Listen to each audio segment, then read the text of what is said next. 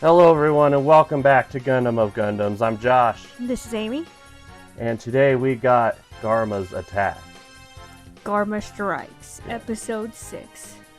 Yep, Episode 6. So, animation looked very good this episode. Yep, it's jumped up in quality, especially from that 4th episode. I don't know what happened, but after that somebody bright slapped it and it got better. So Yep. There's a lot to get to, so let's just start right off the bat. let's go. Yep. So we start off pretty much right from the last episode. So the white base just entered Earth's atmosphere, and Garma's fleet is already like right on them. Yeah, you pointed out they're like in the stratosphere. I was getting like a little confused. I'm like, wait, we're in black and then we're in day and then we're black and then we're day, but we're in the stratosphere right now. Yep, really high atmosphere. We do get a really nice shot of the Gao, like some really good art. Gao gets a lot of love in this. Yeah. And then they're able to get Char onto the Gao. Yeah, he comes in from the rear. Take that as you will. Gonna get a lot of those jokes in these next few episodes. Yep. Yep, and Char pretty much goes straight to the bridge to talk to Garma. You know, they're old buddies, you know. Wink, wink. Yeah, you get a sense of history from the military academy. Yep. Wink, wink. And Garma's like, hey, Char, I'm running this operation. You can go rest. I'm getting some information on the new mobile suits and everything. That's kind of where that conversation goes. He even asks him why Garma personally showed up here. He's like, to greet an old friend, I guess you can say. Yep, Wink, and wink. Char kind of points out, oh, it's not to impress your sister, Lady Cassilia. And I think that's the first time we actually get Cassilia brought up. Yep. And, you know, Char's kind of doing, you know, in my opinion, it's kind of a fake laugh, but... And then we get one of my favorite lines in all of Gundam. Don't laugh, Char. The men are watching. You pointed out too, like in the origin, you have like that one Zeon guy who's just like looking at them after that.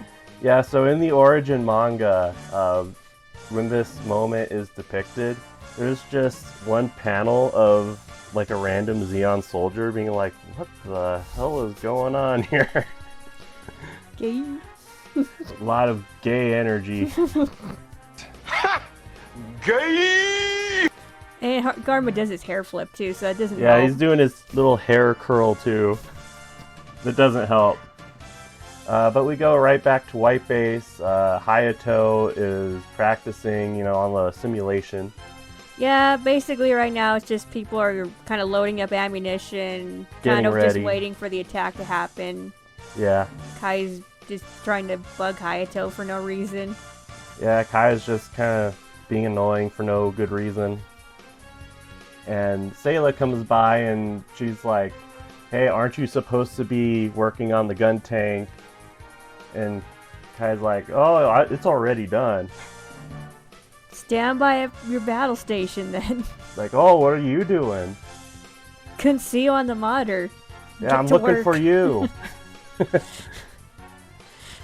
Yep, Lieutenant Reed is wanting Amuro to go out and just cut right through the middle for some reason. It's like, No strategy. yeah, just, like he no just wants the strategy, Gundam just to go. like take a hammer and take it. The Gundam does have a hammer though. Yeah, well, I don't know if they still have it. I don't know. Amuro threw it away Yeah, last. Amuro kind of threw it away last episode. Yeah, this whole time though, he's like basically trying to take command of White Base, but kind of Bryce just sticking to his guns. He's like, you know, you need to let Amuro sleep. Hey, Amuro needs to sleep. I mean, honestly, he hasn't gotten a rest since they left Site 7, so yeah. No, he hasn't. And it's at this point that the Dops from Garma's fleet start to attack. And I don't know, like some random guy dies. We don't get a name, but the art for this looks really cool. Yeah, it actually does. Yeah, it's actually really neat. But yeah, no kill count on that one because, yeah. No kill count on that one. Reed's all pissed because he's like, "Oh, you're not executing my orders." And Bright's like, "They attacked before we could do them. Yeah, I don't know what you essentially, want." he's just a big jerk in this. He even Yeah. makes Kika cry, you know. He just, he can't do anything. Yeah, Sad man sitting with his arm broken in the chair. That's all he does. yeah. He's a weak, sad little man. Yes, he is. Amuro does, come out of his room and he's like, "Hey, I can help out still." Lieutenant Reed still wants him to go out in the Gundam, and Bright's like, "Hey, we're in midair. Gundam can't fight in midair," which in a couple episodes that's not going to be true, but I mean, he'll be jumping a lot, I guess. But Yeah. I mean, Gundam doesn't have the atmospheric equipment to battle midair, which Yeah. is basically what he's saying. Yep. And it's at that point Hayato's like, "Hey, why don't we use gun tank to pretty much be anti-aircraft fire for White Base?" Yep, just basically, since they're not coming in close, might as well just, shoot them down as they come close. Yeah. Reed's like, "Are we going to cut right through them?" And Bright's like, "Maybe. I don't know." It's like, tell me, you tell me. It's like, you tell me, man. We go back to the Gao, and it starts deploying more DOPS, and this is something I've really noticed about the Gao. So right here, the DOP is flying out of the Gao right at that point on the wing. I have seen in games, like, that's where the guns are. So I don't know, personally, I'm a little bit confused. But I don't know. Like maybe it's both? I don't know. Well, you point out later, too, about where the Zaku's come out of, so Yeah. that's another kind of inconsistency, but you know what? The Gao still looks good. Yes, And Gao still looks good. somebody really liked drawing the Gao. Now, Amuro and Hayato get in the gun tank, and, they sortie out, they land, and Amuro is just not very good at, teamwork during a battle right now. Nah, he really disagrees, and, to an extent I can see why he doesn't like Hayato's plan. Essentially, he tells them to kind of move away from the White Base, and it'll act as, I guess, a distraction, but... Yeah, not necessarily what happens. I mean, in a way, yeah, they do attack the gun tank more, but Amuro does make the point that, like, yeah, we can't just abandon White Base. Yeah, and Amuro is just like, "Okay, Hayato, shut up and fire, let me move." Amuro needs to learn how to play nice with everybody, but that won't happen for a while. Yeah. So they're out there shooting down DOPS. Then Amuro starts to notice that there's ground reinforcements. Magella. Yep. The Magella attack tanks. So these are actually really neat tanks. Like as tanks go, because they have like the really good cannon up top, but they can also, like, the top part can also fly. It's also annoying in video games, though, when you have to shoot both down. Waste a lot of ammo. Yeah, but as a concept, they're pretty neat. Well, I get it. Yeah, I mean, Yeah. that's cool, but it does kind of, it's annoying for us to shoot them down. Yep. Reed sees the ground reinforcements, and he's like, "No, we gotta retreat." When before he was like, "Yeah, push right through them." Yeah, basically he's trying to use the mountains as kind of like a As a barrier. shield. Yeah. Yep. And Bright's like, "No, forward cannons, focus on the ground assault troops." And Reed's like, "That's insubordination." And Bright's like, "I thought you wanted us to cut right through them, sir." Like, yeah, I did. Yeah, he's He's a lot more spineless, I think, than Joaquin. Yeah, so Joaquin had confidence and was also kind of a moron. Reed is a moron and he's not very confident. No, I don't think he's ever really had experience in combat like this. No. Maybe he was just stationed up in like Luna 2 or something and basically just kind of sat there waiting for something to happen, but nothing ever happened. And Bright's like, hey, this is your first time on White Base. Let us handle it. We're more experienced than you. And he basically just shuts up, which is, it's nice. It's the best thing he can do for the situation. And it's not like Joaquin, where it was super annoying, so... Oh, yeah. So, very interesting thing. So, you get a shot of Sayla and Kai replacing these gunners on the anti-aircraft guns. Why are these guys injured? Are these guys from Side 7, or... Did they come with Lieutenant Reed? We're not 100% sure. But then, for what we remember, Lieutenant Reed, I think he was the only one who got injured when the capsule got hit. But I could be wrong, for all we know. But these guys have, like, bandages on their heads, so I don't think so. I don't know. It's kind of confusing, honestly. Anyways, they don't know how to fire. And then they're all impressed that, I guess, Sayla and Kai can hit the... tanks, I guess? Yeah, I mean, it shouldn't be that hard to hit a tank. We go back to Amuro and Hayato. They're still kind of arguing about whether or not they should veer farther from the White Base or not. Bright gets a hold of them. It's like, hey, Amuro, can you just get in the Gundam, please? Just get in the Gundam, please. This is not really working. The Magella attacks are too nimble. And it gets to a point where Amuro is like, yeah, it's just going to be easier if I fight alone. Like we said, he doesn't play well with people right now. Yeah. So they go back up into the White Base and they're going to do their conversion. There is still no change in the eye catch. No, we were like, wait, when does this happen? Somebody please tell me at this point. Because I'm going to go crazy and think it actually is a Mandela effect.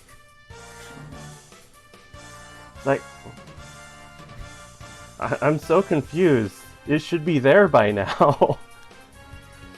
I'm telling you, we're living in an alternate dimension or something. I don't know, but yeah, it's really bothering me at this point. 6 episodes in, Josh, and it's like, where is it at? I have no clue. But we come back from commercial. Garma's team is like, oh yeah, that giant tank is actually a mobile suit. And Garma's like, so that's the new Federation mobile suit. Yes.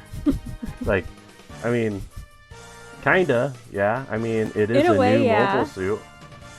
But yeah, all his team is basically just trying to like get all the capabilities of what the White Base and the I guess mobile suit, or I don't know if they even know that there's 2 mobile suits at this time, because even the last time when they used the gun tank, I think that was the vote to fight one, right? Against Char? Yeah. So I don't think Char maybe even got a good look at the gun tank either, so... I don't think he did either. He was probably too busy just kicking around Amuro. Probably. It is kind of funny though, they're like, that's the mobile suit. That's the new Federation mobile suit. Yeah. We also get another really cool shot of the Gal.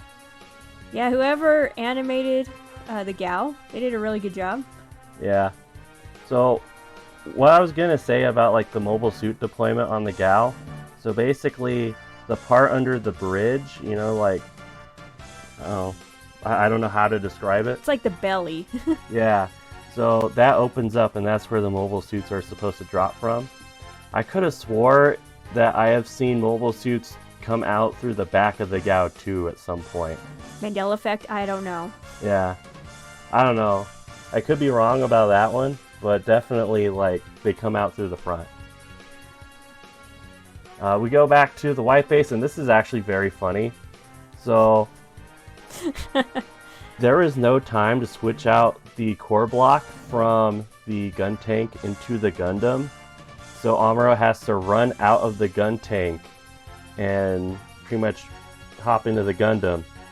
You might be confused here because this is Amuro getting out of the Gundam. Yeah, so big animation error here. Yeah. Amuro gets out of the Gundam tank, Yeah. and then Kai is ready to switch at them. And then he has to basically run to the Gundam, but basically like a second after this shot, it was actually corrected, so you actually get to see the gun tank. Yeah, it's... I pointed it out during the, like the first watch through, and you're just like, wait, what? I was taking notes, yeah, and I was just like, wait, go back. And you're like, oh yeah, huh. Yeah, it's just kind of funny. It's an animation error, but funnily enough, it's still like a good... That's a good like animation of the Gundam right there. It's still a good drawing of the Gundam, which is kind of funny.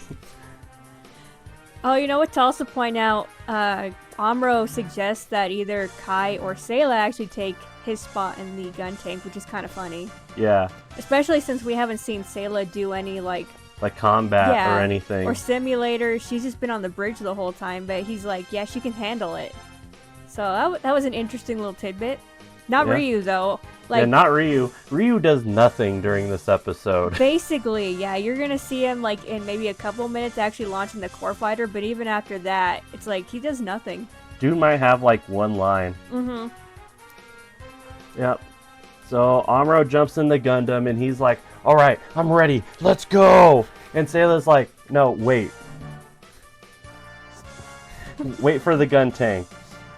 And Amuro's like, man, just making me wait. Yeah, he's just like so impatient in basically the cockpit, tapping his fingers and stuff. Yeah. The gal was like, alright, well, they're sending out mobile suits, we're gonna send them out too. And they send out 3 Zakus. Which, I don't know, like, for some reason, this shot of, like, the Zakus made me think of that meme of, like, me and the boys. I don't know why. Kind of does look like that. But I think it's actually the reused shot from the first episode, just coming out of a different background. Yeah. Then we see Char, he's talking to Dren. He's being super petty. He's like, see, Garma's having the same problems that we had, so once Dozel sees this, he's gonna realize that we did nothing wrong. His face also looks really weird here. Yeah, that side profile looks really weird. It's like his mouth is like close to his chin or something. Yeah, it's kind of weird. It's a really weird off proportion thing. I like how Dren just like disagrees with them though. Yeah. Which, I feel like Dren has to be on the same page with Char. Yeah, there's a lot of things that happen in like this arc, I guess you can say, where it's like, Dren, did you know something? Yeah, like, Dren, were you part of this? Like, what's going on here? Char asked if Garma is suiting up, and Dren's like, no, he's staying here. And Char's like, oh, well, that kind of ruins my initial plan. The Gundam either could have killed him, or I could have saved him. He's always thinking 2 steps ahead, you know? Yeah. It's not foreshadowing anything. Yeah, and you know, this is kind of your first glimpse that there's kind of more to Char than meets the eye. Mm-hmm. Transformers. It's like a Decepticon. Yeah. Yep. We go back to White Base. Amuro is like thinking about like the strategy, like what happens if I do kind of veer out from White Base. Sayla interrupts him. I don't know why I can't talk tonight. And for some reason, I don't have no clue what Kai is doing in this shot. I think the gun tank I think is about to launch is why, but yeah. Essentially they launch first, and then Amuro is still like oh god, what am I supposed to do? Yeah. Amuro doesn't know what to do. And this is a funny line. So, remember how we say that Amuro recommended Sayla to take his place in the gun tank? Well, in the Japanese version, Amuro's like, I can't ask a woman how to fight. It's actually really completely different from the English one. So, in this scenario, in the English part, basically he's like, oh god, like, I'd be really embarrassed to ask, like, what the strategy is again. Like, I wish Bright had been more clear about it. Yeah. And then here it's like, I can't ask a woman how to fight. Yeah, and he still has the part about Bright. Yeah, he does. But it's just so funny because it's just kind of out of nowhere. Especially after he recommended Sayla to be the gunner and, well, not the gunner, the driver. Yeah, of the driver of the gun tank. It's like, all right, Tomino, you really need to make up your mind here. just get that clip of Wu Fei from Gundam Wing. A woman. Because she's a woman. Cause she's a woman. Oh, we're gonna have a lot of fun with that when that happens. Oh, that's gonna be great. I can't wait till I get to do all the Wu Fei memes. But Amuro launches in the Gundam, and for some reason in this picture it doesn't look like he's holding the beam rifle. It looks like he's holding a stick or something. Yeah, just a giant gray stick. Yeah, but Amuro goes down there. He kind of tears it up. You know, he's firing at everyone, destroying everything, kind of being unbothered. They start to, like, basically bunch up on him, so all the Zakus, all the tanks, and the Dops basically just all fire on Amuro. Yeah, they pretty much just gang up on him. He starts being knocked around everywhere. Kind of funny animation right there when he gets, like, you have all the explosions behind him and his arm looks like all weird with the beam rifle. Yeah. And I don't think Amuro gets, like, semi-knocked out, but, like, he's probably just tired from getting, like, knocked around all the time. Maybe concussed a little bit for all we know. Yeah, maybe. I don't know. And then, like, I feel like this is where Amuro's, like, lack of sleep, he's scared. Like, what, like 5 minutes ago, he just re-entered Earth's atmosphere. He's kind of the first person to do that in a mobile suit. Yeah. With a condom. Oh my god. And he's kind of just had enough of this. Like, he's just about to snap. Yeah, he's gonna snap. He's like, no, I'm not dying here. So he just says, screw it. He throws his beam rifle and his shield. Which, I feel like, you wouldn't want to do that. Yeah, I'm pretty sure his beam rifle at least still had some ammo in there. Oh yeah, he only took like maybe about like 6 or 7 shots. He still had plenty of shots left. Yeah, he throws those things, and then he does like this Dark Souls roll.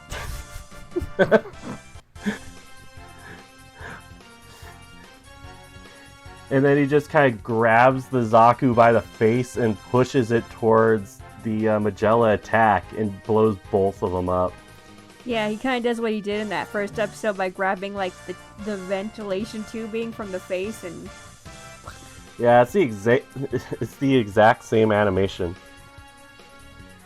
And after that, Amuro just goes berserk, pretty much. Pretty much, yeah.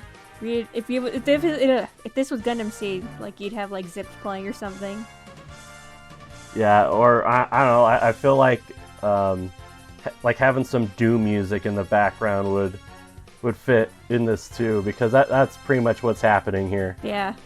Have these really nice shots of the Gundam just going berserk on these guys. Yeah, taking down like a Zaku with just like 2 slices of his beam saber. Yeah, just tearing through the Magella attacks with the beam saber. And these really nice shots of Amuro. all the distorted color faces, you know, just to show that he's going a little crazy at this point. Yeah, he's kind of going crazy. Especially this one. Looks freaking possessed or something. And then the Gundam is just kind of flailing its arms about. Got that really weird off shot with the really big Gundam hands, and then the beam saber's really off too. It's like, Yeah. And Amuro's like so far gone at this point that he's like smashing parts that are already destroyed. and the ground eventually. Yeah, on the ground eventually, and he's just like, he just snapped. And like eventually he stops, but he's just like dead tired after that. We go back to see Garma. He's like, all right, we need to regroup. New strategy here. New strategy here. Make sure that we keep an eye on them, pretty much. And he actually wants to capture the mobile suits and the ship. Yeah. So this isn't about, you know, getting rid of them. He just wants to capture them. Yeah, he wants to capture them.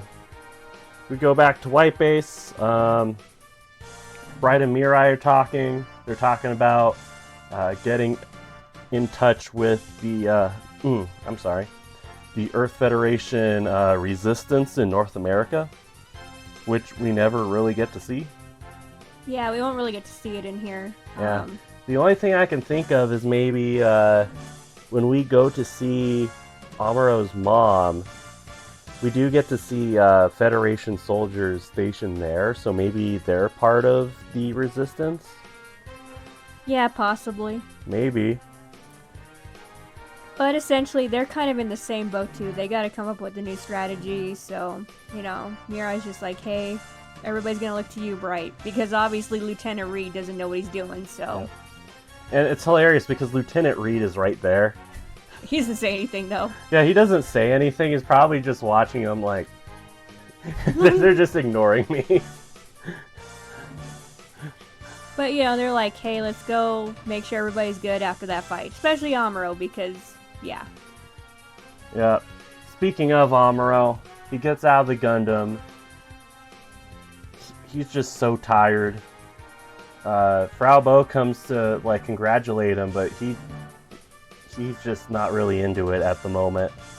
Yeah, he just smiles and he just starts walking away. He's done. He's done. We have this really funny shot of, okay, so you see Mirai in this picture, right? That's not Mirai. That's not Mirai. You see, that's actually Kai.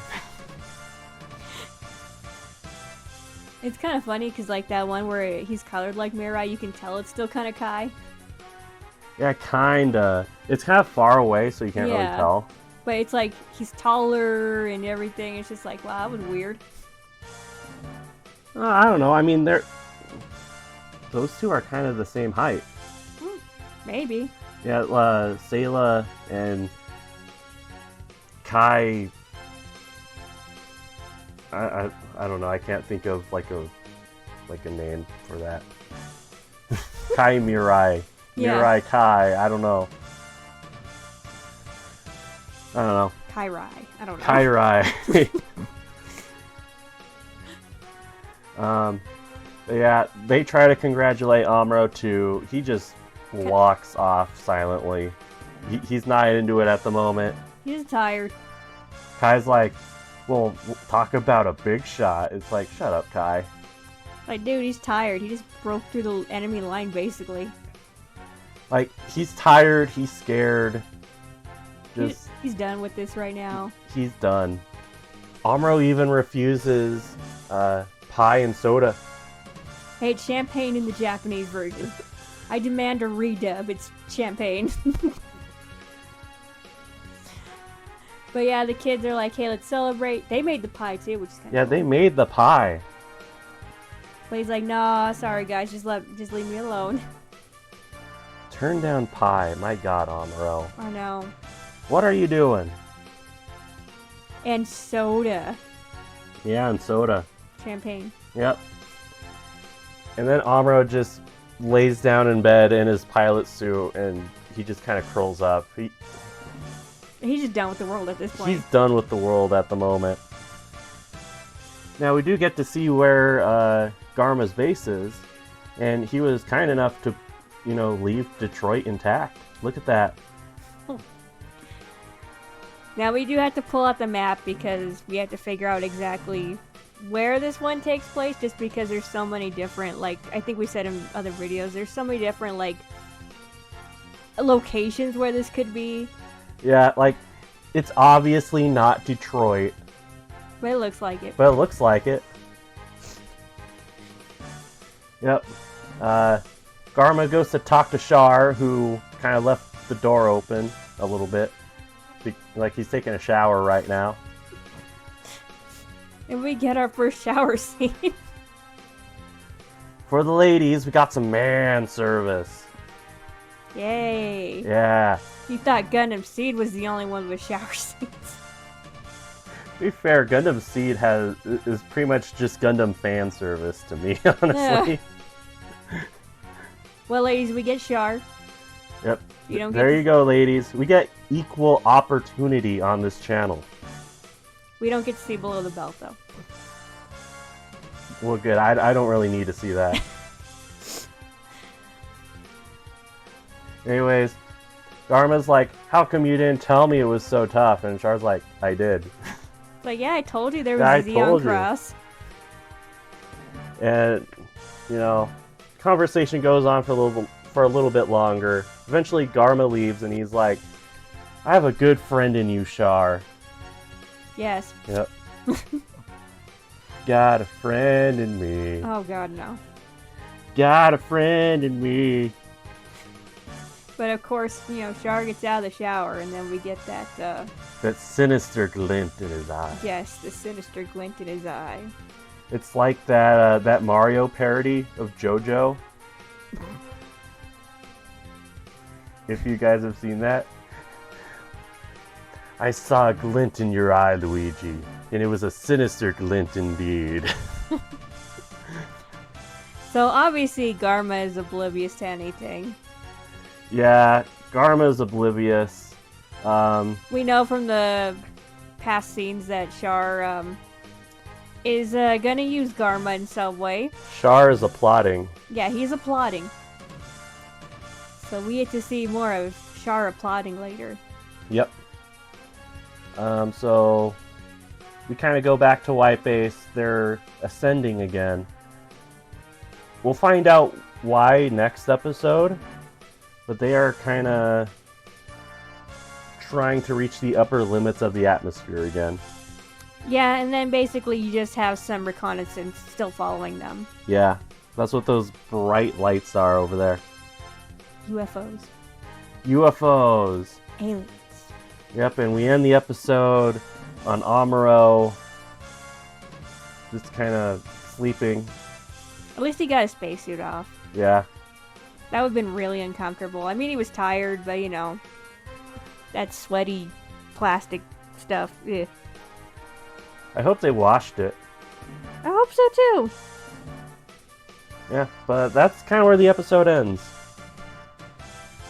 Yeah, so this is the first episode we can't report a death count, anything, or no kill counts in this. Yeah, people die in it, sure, but there's no one named that dies. Yeah, so... and I made sure I went back through the Gundam Wiki and stuff, and because I was trying to see if the Zaku pilots or somebody had a name that died, but I can't find anybody, so we got a 0.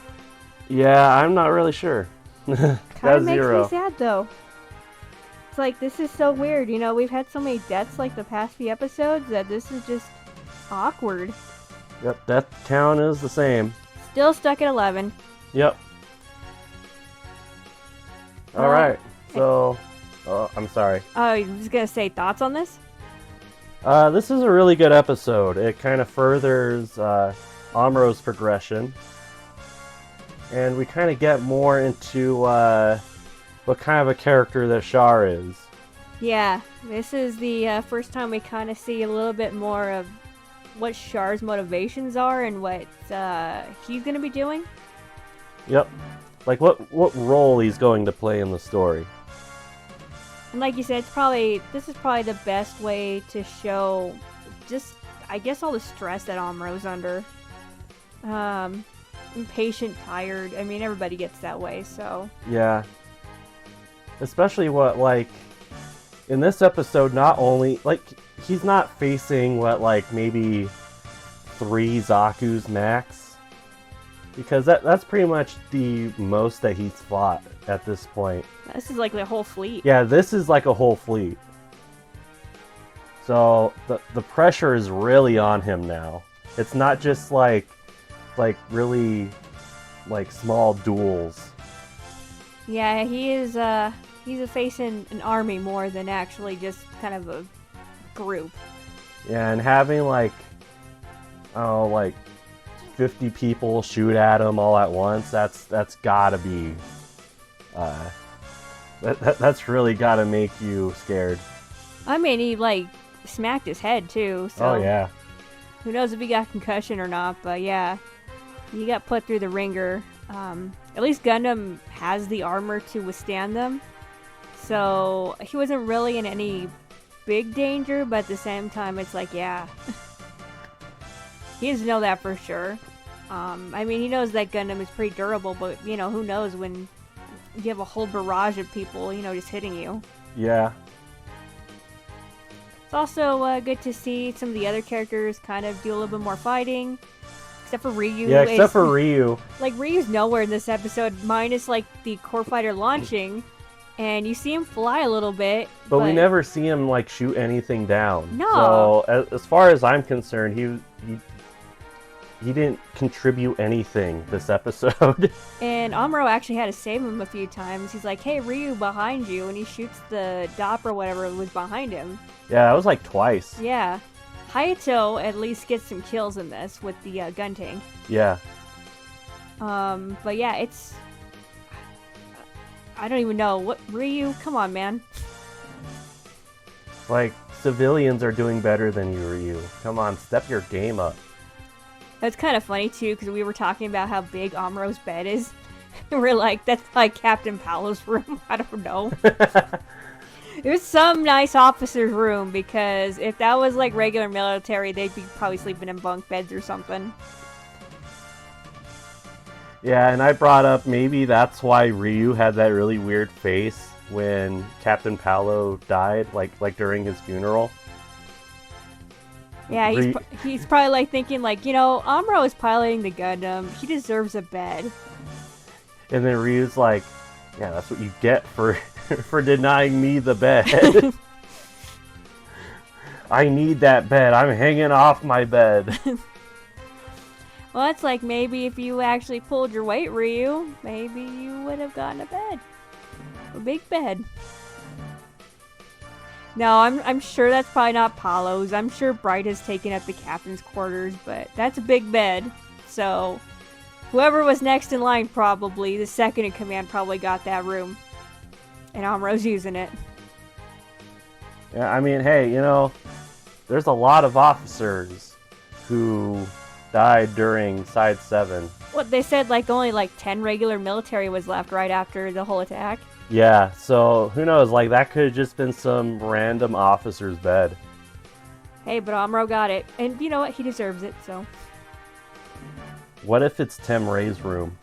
Oh, that would be kind of depressing, actually. Yeah. Because you might even find his picture in there. I was thinking about that now. Oh my god. Yeah.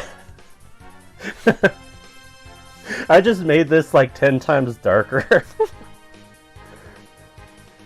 Oh man. I wonder if Amuro ever did see that his dad brought a picture of him. That'd be a good question, or just if he found any of his dad's stuff on there. Yeah. Or if Bright talked to him about his dad. Yeah? I mean, Bright would know that Amuro was his kid, so...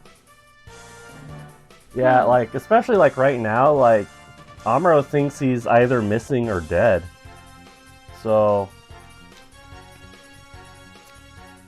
Yeah, this got a lot more dark. Thanks, Josh. I just kind of thought about it in the moment. Anyway, biggest pull out of this is that Ryu needs to pull his weight. I think I think he'll eventually do more because he does get in the gun tank and stuff. Though, it's kind of funny that now I'm thinking about it. It's just like Ryu hasn't done anything really these first 6 episodes. Yeah. They still didn't use the gun cannon, which is kind of weird. Yeah, the gun cannon is just kind of sitting there.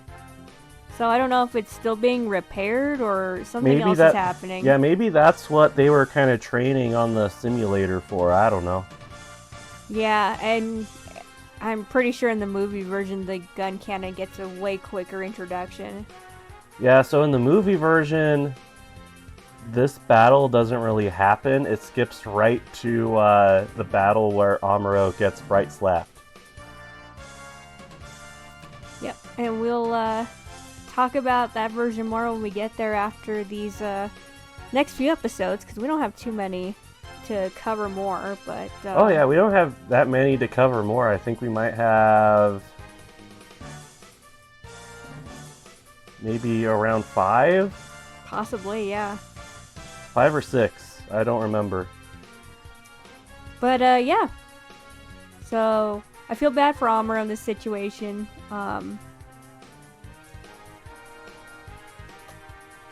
Yeah, we know that he needs to get some rest, but he had a rough in this episode.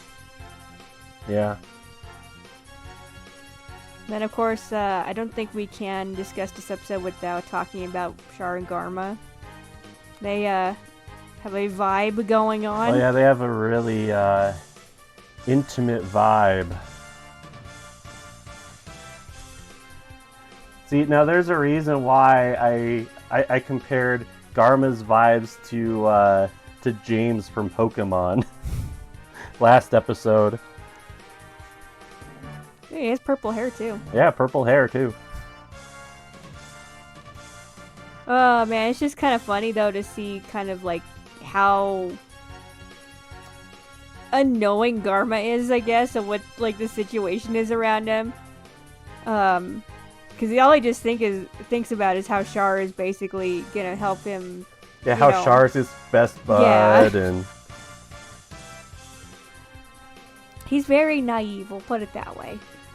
Yes, very naive, and we'll get some more of his naivete. We will in the coming episodes, especially the St. Angus episode. But yeah,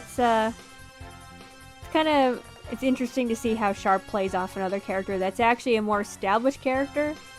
I think the closest we've gotten is kind of Dren at this point, and which he still does, but Dren isn't, they don't interact as much, I don't think, unless it's kind of battleship tactics, so... Yeah, Dren is not really much of a character, I will say. As in, well, Garma is, they definitely have a history, and you already know that, so... Yeah, like where Garma has a history and like his own motivations and everything, we don't really get that from Dren, so... Yeah, that's why we're like confused. It's like, wait, does Dren know about Char's plans? I mean, he's kind of like outright talking to him about it, like, oh, he's either gonna die against the Gundam or gonna save him, so... Yeah. Well, I mean, that part was in Char's head. Was it? Was it? Yeah, that part was in Char's head. But there are future episodes where Char is kind of talking about this kind of stuff, like, right in front of him. Yeah, and you're just like, wait, does he know about this? Yeah. Oh, any other things you want to bring up? I don't believe so. I can't think of anything either. It was a lot of, just fighting in this episode, so a lot of action, which for the most part looked pretty good. Yeah. Minus a few shots kind of funny, but I like how that one shot of the Gundam of Amuro getting out of it so he could switch back into the Gundam was actually really well animated. It's kind of funny. Yeah, it was really well animated, but it was the wrong machine. But yeah, animation, like I said, since episode 4, it just got bright slapped and it basically returned to what it was. Minus those few frames, and they're usually in the middle or something. Yeah, it kind of went back to what it was, and in some cases kind of better. Yeah, So, exactly. And especially like the character animation. Like we had that one weird episode 4 with the characters, but now it's been pretty standard. So it's kind of funny though that that those animation errors just make me laugh, and I didn't even notice like them until we watched this episode again, and it's like, oh yeah, that's not the gun tank. Well, that's not Mirai. So the little things you can catch when you kind of rewatch things again is funny. yeah, definitely. I think that's all for me. I mean, straightforward episode. Nice to see Amuro get some more development. Get to see more of that soon. Yep. And of course, we get Garma and Char and their awkwardness. I love it. Yep. Probably one of the best relationships, I think, in Gundam. And I'm not shipping them. I'm just saying that their play off of each other is pretty fun. Better than Kira and Flay. Oh, God. They have some nice banter between them. Yeah, they have some nice friendly banter. Because, they're just friends. Yes, just friends. Though we all know there's probably a lot of people who ship them, which is just weird. So. Yeah. Shippers are kind of weird in general, let's just be honest. Yeah, it gets a little awkward. Really weird. Really weird. That's a part of internet culture I don't want to delve into. Alright, well I think we've kind of fleshed out this episode. Any other thoughts or anything you want to bring out? No, I don't think so. Alright, well, next time we will get to see their plan from the White Base to what they're doing in the stratosphere essentially, so. Yeah. Alright. Oh, this is cool. Good episode, good animation. I can't think of anything else to say. Alright, so, I think that's it for us. Just want to end it? Yeah, let's just end it. Alright, well, this has been Josh. This is Amy. For Gundam of Gundams. See y'all later. Bye-bye.